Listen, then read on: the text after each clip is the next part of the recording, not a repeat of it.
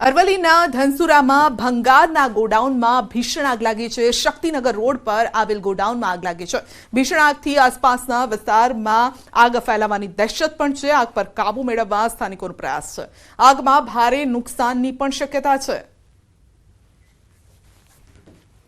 પંચમહાલના ગોધરા ભામૈયા પશ્ચિમ ગામના તળાવમાં ડૂબવાથી પિતા પુત્રીના મોત થયા છે અને સમગ્ર મામલે તપાસ દરમિયાન આત્મહત્યા કરાઈ હોવાનું પણ સામે આવ્યું છે। પોલીસ તપાસ દરમિયાન 3 ચિઠ્ઠીઓ પણ મળી આવી છે અને મૃતકની જમીન સરકારી ગોડાઉન માટે સંપાદન કરાઈ હતી। જમીન સંપાદનના નાણાં મૃતક પાસેથી પડાવી 3 લોકો તરફથી માનસિક ત્રાસ અપાયાનું ચિઠ્ઠીમાં ખોલ્યું છે। તો ઉલ્લેખ પણ કરાયો છે। માનસિક ત્રાસથી કંટાળી પિતા પુત્રીએ આત્મહત્યા કરી હોવાનું સામે આવતા સમગ્ર મામલે પોલીસ ફરિયાદ પણ નોંધાઈ છે। વાપીના ટ્રાન્સપોર્ટર્સમાં છેલ્લા 1 માસથી ભારે ચિંતા જોવા મળી રહી છે। ટ્રક ડ્રાઈવરોને નિશાન બનાવી ઠગાઈ કરતો એક વ્યક્તિ સક્રિય થયો છે અને આરોપી ટ્રક ભાડે રાખવાના બહાને ટ્રક ડ્રાઈવરો અને ટ્રાન્સપોર્ટર્સનો સંપર્ક કરે છે। તેમને એડવાન્સમાં પૈસા પેમેન્ટ કરવાનું બહાનું પણ બતાવી ફોન પે કે પછી ગૂગલ પે પર પૈસા અંગે રિક્વેસ્ટ મોકલે છે અને જે રિક્વેસ્ટ સ્વીકારતા જ ખાતામાંથી પૈસા ઉપાડી છેતરપિંડી આચરવામાં આવે છે અને આ પ્રકારના કિસ્સા વધી રહ્યા છે। અમિત નામથી ફોન કરી અને યુવક આ પ્રકારની ઠગાઈ આચરે છે અને સમગ્ર મામલે વાપીના વિવિધ પોલીસ સ્ટેશનમાં ઠગ અમિત સામે જાણવાજોગ અરજી પણ થઈ છે। તો આ મામલે ટ્રાન્સપોર્ટરોએ વલસાડ સાયબર પોલીસને પણ રજૂઆત કરી છે અને તાત્કાલિક આરોપીની ધરપકડ થાય તેવી ટ્રાન્સપોર્ટર્સની માંગ છે। हमारे कार्ड का उपयोग दुरुपयोग कोई कर रहा है। अमित कुमार बोल के बंदा है जो हमारे कार्ड पे अपना नाम डाल के और वापी में सब ट्रांसपोर्टर को फ्रॉड कर रहा है। तो इसकी जल्दी धरपकड़ हो ऐसा हम लोग की मांग है। અમિત કુમાર નામનો આ એક માણસ છે જે બધા સાથે અમારે ટ્રાન્સપોર્ટ જેટલા બી અમારા ટ્રાન્સપોર્ટ ભાઈઓ છે એ લોકો સાથે બધું ફ્રોડ થઈ રહ્યું છે। લગભગ 1 થી 1.5 મહિનાથી આ બધી વસ્તુ ચાલી રહી છે અને લગભગ 30 થી 35 ટ્રાન્સપોર્ટવાળા જોડે એને ફ્રોડ કરેલો છે। લગભગ અમારા વાપીની મધ્યથી 30 ટ્રાન્સપોર્ટરની જોડે લાખોની ફ્રોડ થઈ ચૂક્યો છે અને અમારે ખાસ એટલું નિવેદન છે આપના માધ્યમથી કે પોલીસ ખાતું હરકતમાં આવે અને આવી જ ગયું હોવું જોઈએ, જલ્દી આની ધરપકડ થાય। બનાસકાંઠાના પાલનપુરમાં કારે સર્જ્યો છે અકસ્માત। કાર ચાલકે 3 લોકોને અડફેટે પણ લીધા છે અને સારવાર દરમિયાન 2 લોકોના મોત થયા છે। એક વ્યક્તિને ગંભીર ઈજા થતા સારવાર હેઠળ ખસેડાયો છે। તેને કાર ચાલક પોલીસ સ્ટેશનમાં હાજર છે।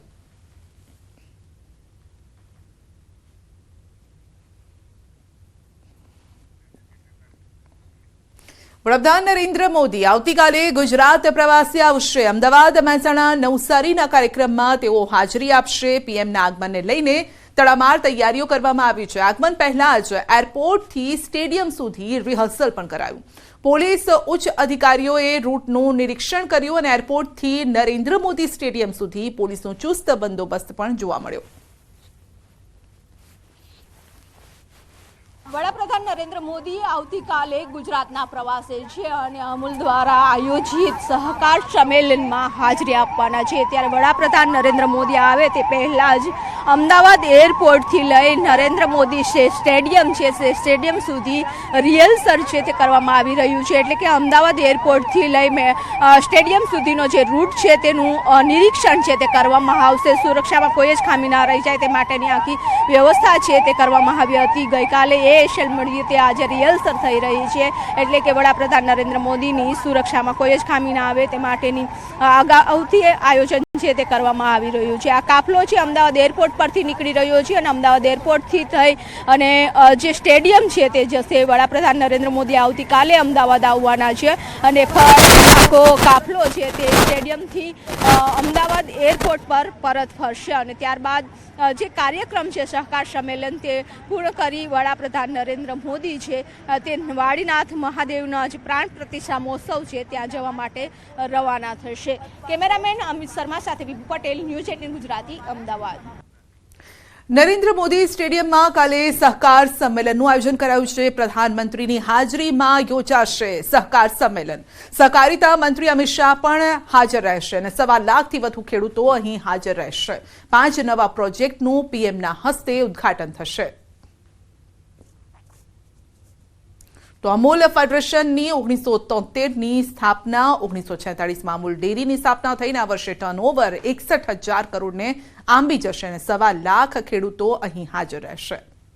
આપણે જણાવી દઈએ કે આગામી 10 વર્ષમાં વિશ્વનું 30%થી પણ વધુ દૂધ ભારતમાં ઉત્પાદન થશે. 1200 કરોડના 5 પ્રોજેક્ટમાં રોકાણ. 1946માં 250 લીટર દૂધ સાથે અમૂલની સ્થાપના થઈ હતી અને સરદાર પટેલની દીર્ઘદ્રષ્ટિથી આ સ્થાપના કરાઈ હતી. અમૂલ ફેડરેશનની સ્થાપનાના 50 વર્ષની ઉજવણી અને અમૂલના સંઘો થકી રોજ 300 લાખ લીટર દૂધ આવે છે. સ્થાપના સમયે ફેડરેશનનું ટર્નઓવર 20 કરોડનું હતું. ફેડરેશનનું ટર્નઓવર આ વર્ષે 61,000 કરોડને આંબી જશે અને દરેક ગામમાંથી 1.25 લાખ ખેડૂતો કુલ અહીં હાજર રહેશે. 1200 કરોડના 5 નવા પ્રોજેક્ટનું ઉદ્ઘાટન, ચીઝ, આઈસ્ક્રીમ, ચોકલેટ પ્લાન્ટનું ઉદ્ઘાટન થશે. અમૂલના એક્સપાન્શન માટે પણ હાલ 11,000 કરોડના પ્રોજેક્ટ અને 3,000 કરોડના કામ પૂર્ણ થયા છે. ગુજરાત અને ગુજરાત બહાર અમૂલ કરશે એક્સપાન્શન. પુણે, ગોવા, કલકત્તા, મુંબઈ, વારાણસી સહિતના સ્થળે વિસ્તાર આનું કરવામાં આવશે. 4,000 થી 5,000 લોકોને સીધી અને આડકતરી રીતે વિસ્તરણ થકી રોજગારી પણ મળી રહેશે. આજે આપણું ટર્નઓવર અમૂલ બ્રાન્ડનું 80,000 કરોડ રૂપિયાને આંબી ગયું છે. અમૂલ ફેડરેશનનું ટર્નઓવર 61,000 કરોડને આંબી જશે આ વર્ષે. દૂધ રોજનું 300 લાખ લીટર આવે છે. 36 લાખ સભાસદ છે. 18,600 ગામ, ગુજરાતના લગભગ દરેક ગામમાં એક દૂધ મંડળી છે. એટલે આમ વિશ્વની સૌથી મોટી સહકારી ડેરી સંસ્થા તરીકે આપણી આ સંસ્થા આજે ઉભરીને આવી છે. એટલે આમ આ પ્રસંગ એક ઉજવણીનો પ્રસંગ છે.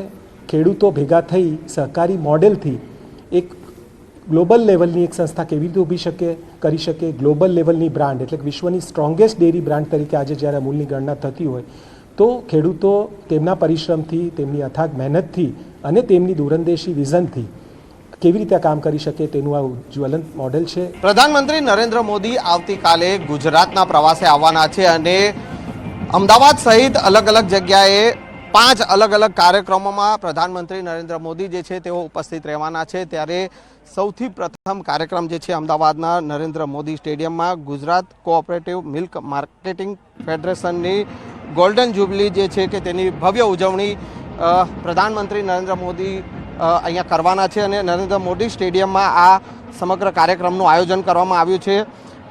દ્રશ્યમાં આપ જોઈ શકો છો કે અત્યારે તમામ પ્રકારની તૈયારીઓ જે છે તે અત્યારે નરેન્દ્ર મોદી સ્ટેડિયમમાં કરવામાં આવી રહી છે. નરેન્દ્ર મોદી સ્ટેડિયમમાં મહાસંમેલન યોજાવાનું છે જેમાં 1.25 લાખથી પણ વધુ લોકો જે છે તે અહીંયા ઉપસ્થિત રહેવાના છે.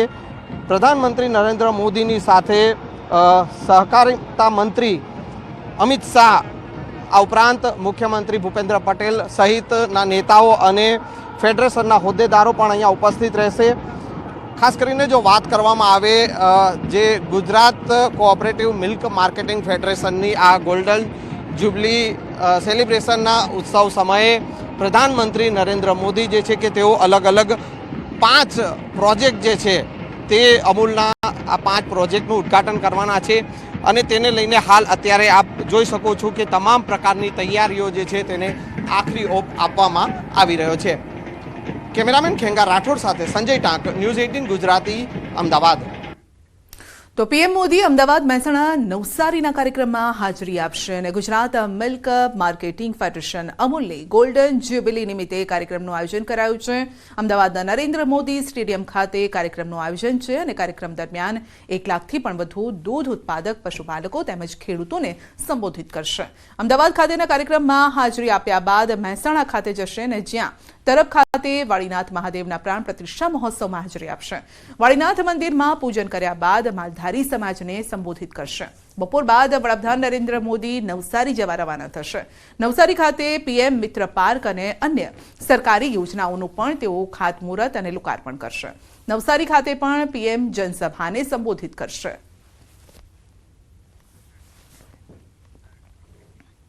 ભાવનગરમાં ફરી એકવાર આખલાઓનો ઉત્પાત જોવા મળ્યો છે। શહેરના મુખ્ય બજાર પાસેના રૂપમ ચોક પર જાહેરમાં 2 આખલાઓ બાખડતા અફરાતફરી મચી ગઈ હતી। 2 આખલાઓ સામસામે આવતા વાહન ચાલકો સહિત રાહદારીઓના જીવ અદ્ધર થઈ ગયા હતા અને શહેરમાં આખલાઓનો ઉત્પાત દૂર થાય તે માટે મનપા દર મહિને 40 લાખ જેટલો ખર્ચ કરે છે, છતાં પણ જાહેર રોડ પર આખલાઓના આતંકની ઘટનાઓ સામે આવતી રહે છે।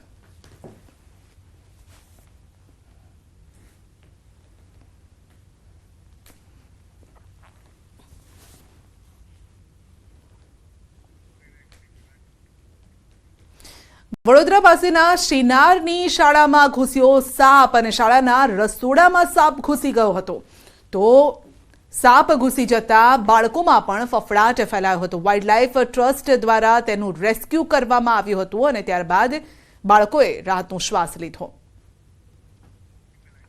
તો શાળાના રસોડામાં આ સાપ ઘૂસી ગયો હતો, જેને લઈને લોકોમાં ચિંતા વ્યાપી હતી। બાળકો પણ ચિંતિત થઈ ગયા હતા।